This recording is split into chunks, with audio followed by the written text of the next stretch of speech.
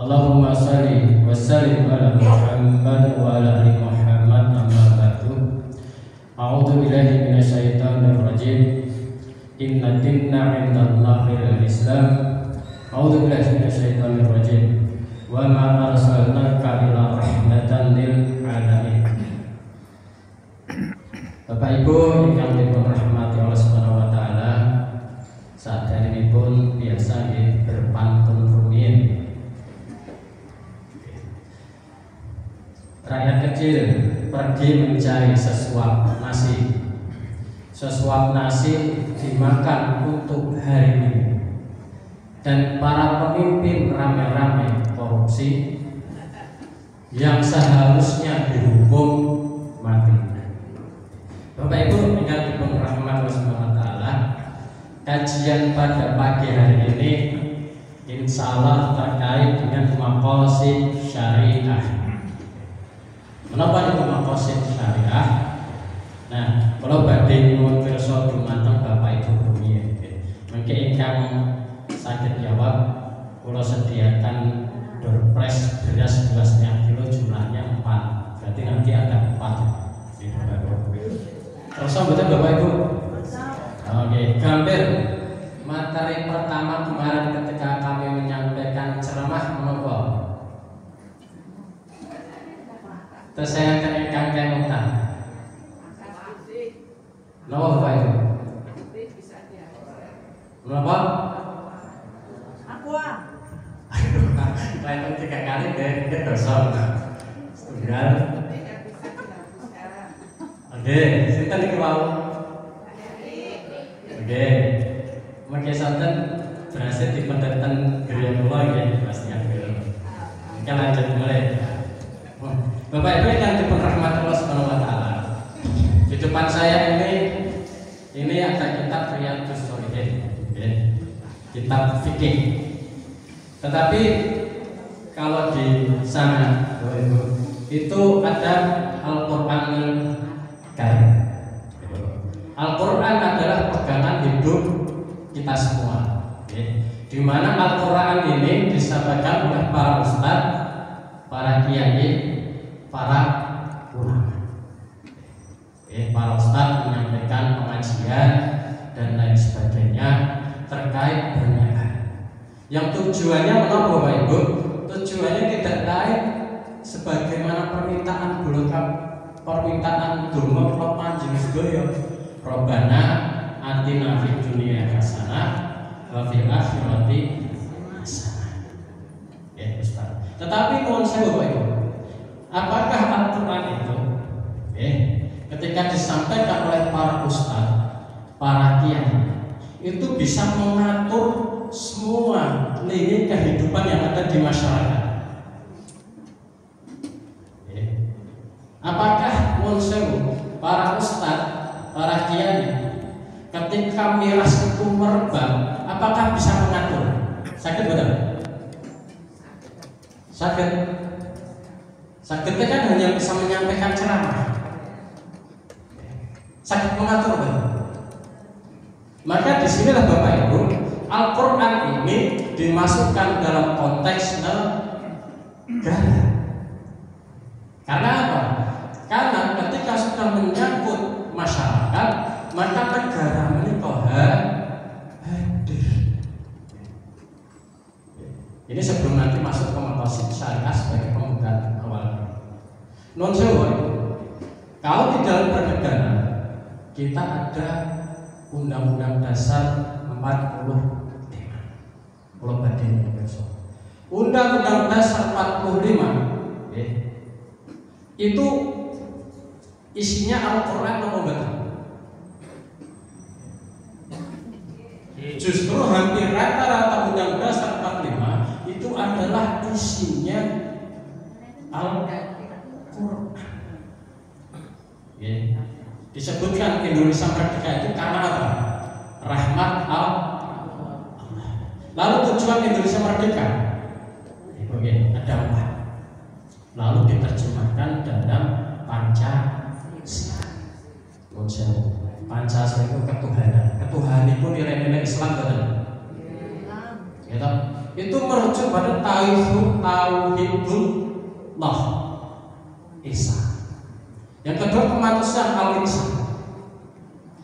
Yang ketiga persatuan wasatoniyah. Nek salah konfederasi.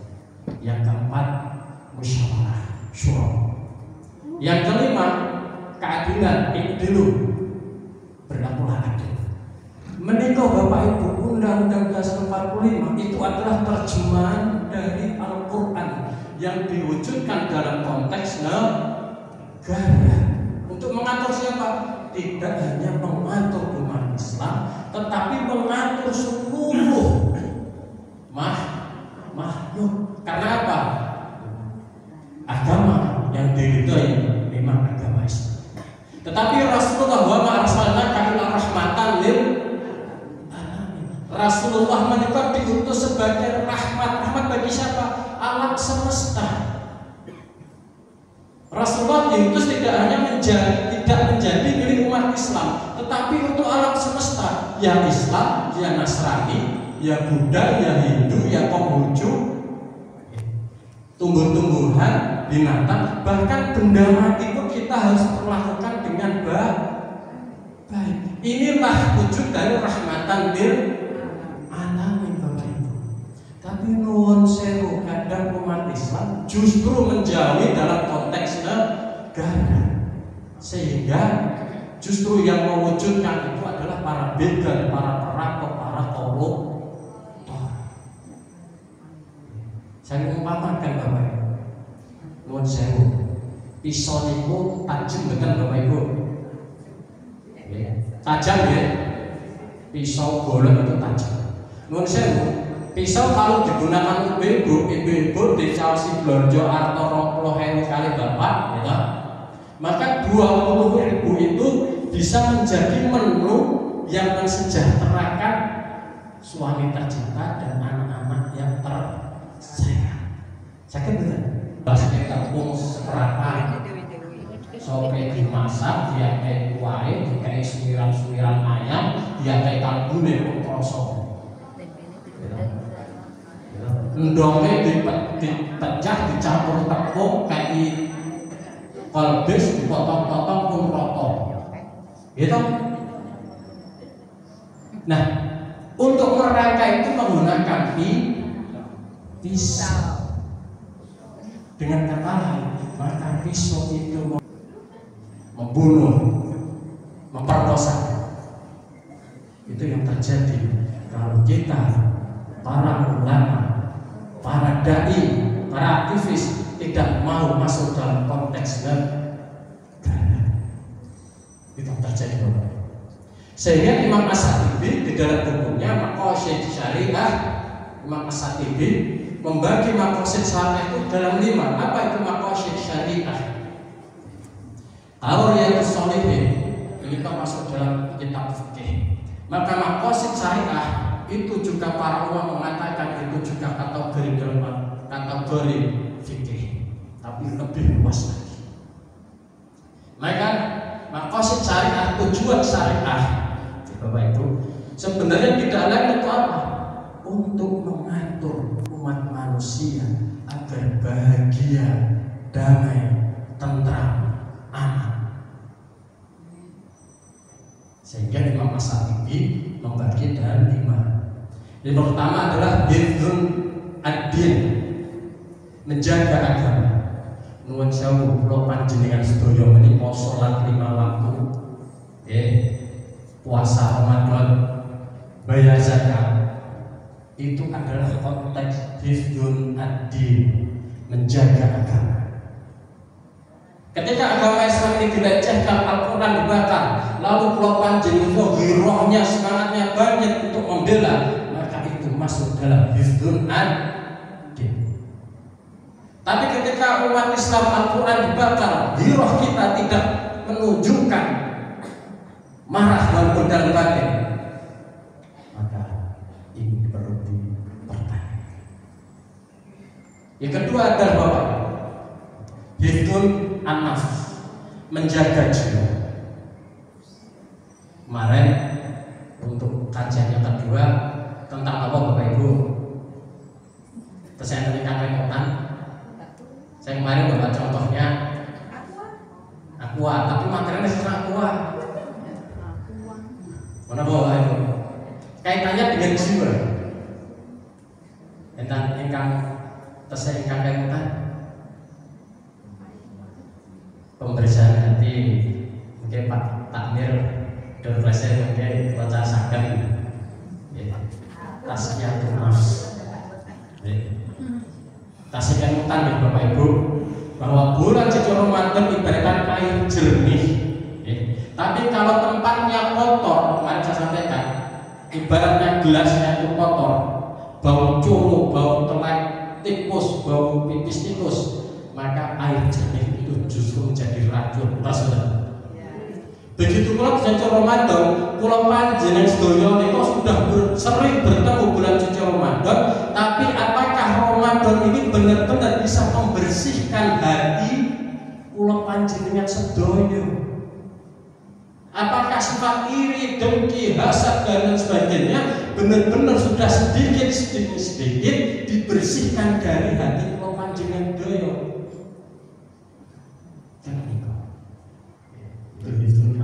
Yang ketiga itu al-akal, menjaga akal.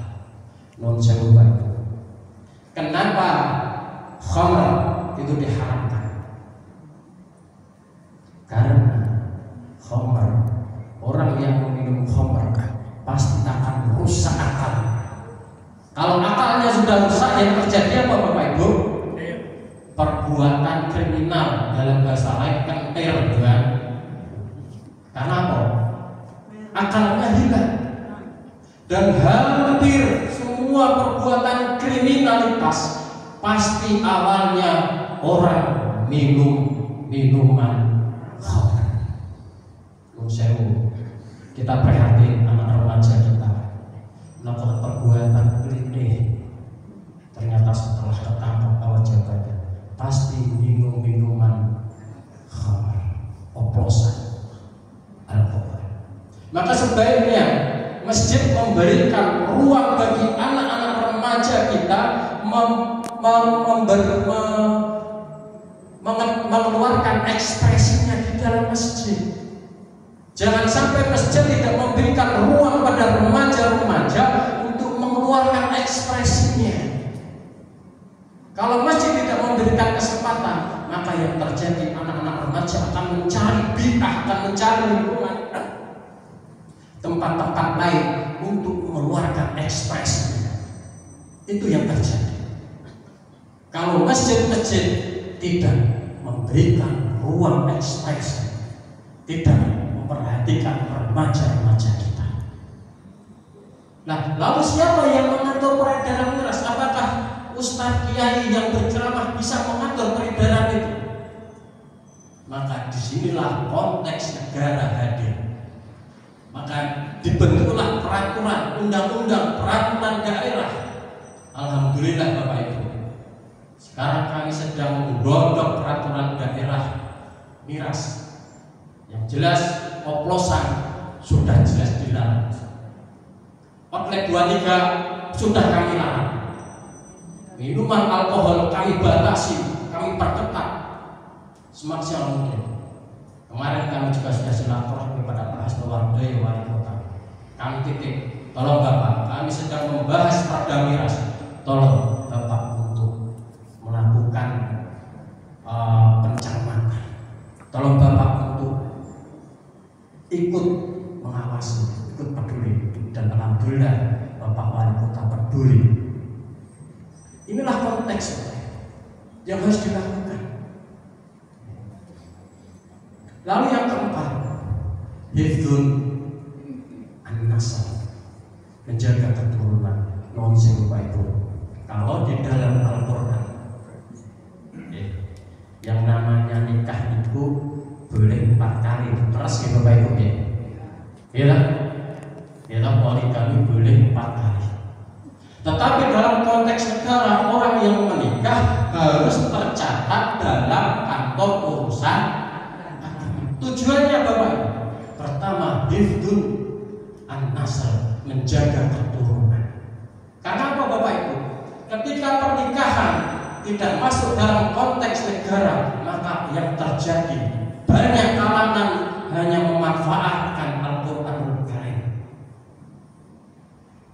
Kawin, setelah itu diceraikan. Kawin setelah itu ceraikan, sehingga banyak.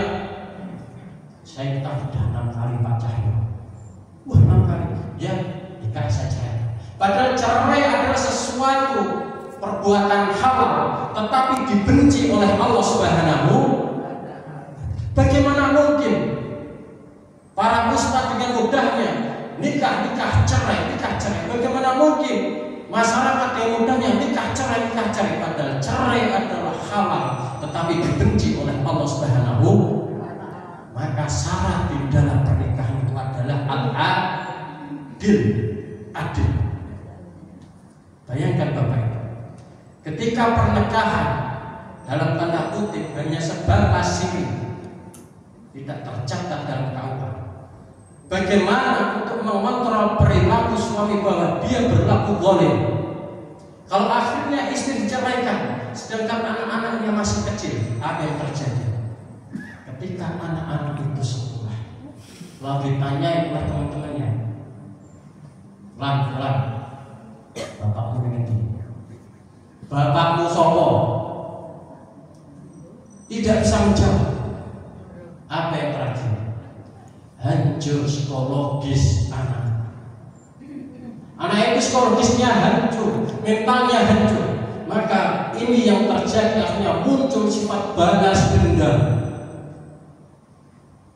Ini yang terjadi ketika apa? Ketika hifdun an-nasl ini tidak diatur dalam konteks negara. Begitu pula si istri. Sehingga ada pepatah habis manis padi. Kita ketika mau menikah yang kedua, ketiga dengan manis. Tapi ketika hasrat nafsunya sudah terpenuhi, lahirlah anak 1, 2, 3. Tiba-tiba kalah cerai. Adil atau tidak? Zalim atau tidak? Pada masa Rasulullah SAW, konteks negara itu melekat pada diri Rasulullah SAW. Itulah Bapak Ibu. Kalau memahami Al-Qur'anul Karim hanya sebatas teks, kaku, maka apalagi tidak meninggalkan fikih dakwah, maqasid syariah, maka hanya tafsir secara pribadi yang muncul. Ini contoh. Yang kedua Bapak Ibu, di dalam Quran atau Sunnah yang namanya waris, kalau laki-laki 2, perempuan 1. Kalau badannya besar, dalam satu keluarga mempunyai 3 anak. Anak pertama laki-laki, anak kedua perempuan, anak 3 perempuan. Maka ketika laki-laki tadi kondisinya sudah mapan, hartanya melimpah, punya pekerjaan apa, lalu orang tuanya menyampaikan, anak-anakku, kowe wis makan, omahmu nang ndi, wis duwe jabatan, ya. Sedangkan adikmu yang perempuan suaminya buruh, yang satu lagi suaminya sudah meninggal, kondisi ekonominya kekurangan. Bersediakah jika bagianmu 1, lalu untuk adik-adikmu 1? Boleh tidak? Boleh tidak Bapak? Boleh. Bahkan ketika semua laki-lakinya memberikan kepada adik-adiknya, saya rasa justru inilah keutamaannya. Inilah Bapak Ibu yang dirahmati Allah Subhanahu wa Ta'ala. Betapa indahnya Islam itu. Tapi kadang indahnya Islam tertutupi oleh egoisnya manusia. Dalam konteks maqasid syariah, kalau hubungan muamalah, hubungan teks manusia menyangkut muamalah hablum minas manusia dengan manusia, maka Allah pun menyerahkan pada manusia. Tapi kalau konteksnya hablum minallah, hubungan dengan Allah, maka tidak boleh. Contoh, bapak ibu karena senang sholat, lalu aku senang sholat ya Pak, sholat isya tak tambahin 8 rakaat, asal betul? Tidak boleh. Subuh Pak Cahyo, 2 rakaat sedikit, tak gawe 4 rakaat, asal betul? Tidak boleh. Pak Cahyo, Ramadan wis aku sedih, ya Ramadan aku sedih, posone tak bablas, tekan 1 Syawal, poso nyambung poso Syawal 6 hari. Boleh tidak? Boleh. 1 Syawal yang tidak boleh. Karena ini adalah hablum minallah. Kalau hubungan hablum minallah di Bapak Ibu, maka konteksnya syariatnya tidak boleh. Tapi ketika konteksnya hablum minanas, waris, pernikahan, Bapak Ibu, maka itu diserahkan pada manusia. Bahkan dalam hukum qisas itu pun diserahkan pada manusia. Dan terakhir Bapak Ibu adalah hifdzul amal, menjaga harta.